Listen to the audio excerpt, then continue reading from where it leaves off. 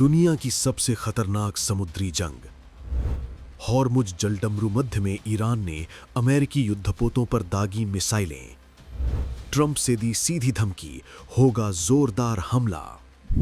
Middle east एक बार फिर बड़े युद्ध के मुहाने पर खड़ा नजर आ रहा है। दुनिया की सबसे अहम समुद्री मार्ग स्ट्रेट ऑफ हॉर्मुज में ईरान और अमेरिका के बीच सीधा सैन्य टकराव सामने आया है। अमेरिकी सेना के मुताबिक ईरान ने 3 अमेरिकी नौसेना जहाज़ों पर मिसाइल, ड्रोन और तेज रफ्तार बॉट से हमला किया।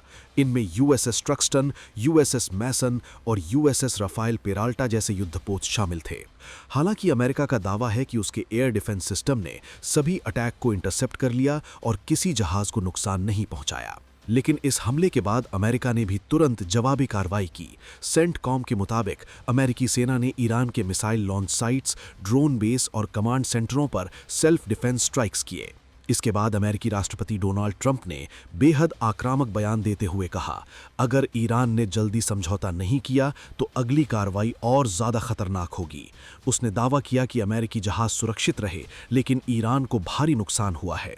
दूसरी तरफ ईरान का कहना है कि अमेरिका ने पहले उसके तेल टैंकरों और तटीय इलाकों पर हमला किया, जिसके जवाब में ये कार्रवाई की गई है। ईरान ने इसे सीज फायर का उल्लंघन बताया है। ईरान के सरकारी मीडिया ने बाद में रिपोर्ट दी कि कुछ घंटों की गोलीबारी और हमलों के बाद हॉर्मुज स्ट्रेट के आसपास के द्वीपों और तटीय शहरों में स्थिति अब सामान्य हो गई है। ये टकराव ऐसे समय में हुआ है जब सीज फायर पर अमेरिका ईरान के जवाब का इंतजार कर रहा था। अमेरिका ने एक प्रस्ताव दिया है जिसमें लड़ाई रोकने की बात है, लेकिन ईरान के परमाणु कार्यक्रम जैसे विवादित मुद्दों को फिलहाल अलग रखा गया है।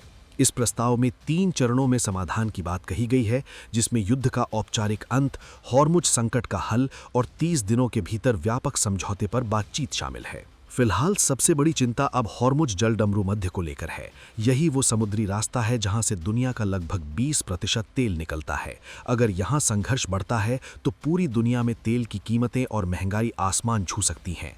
पहले ही कई अंतर्राष्ट्रीय शिपिंग कंपनियों ने इस रूट पर जहाज को आसानी से कम कर दिया है।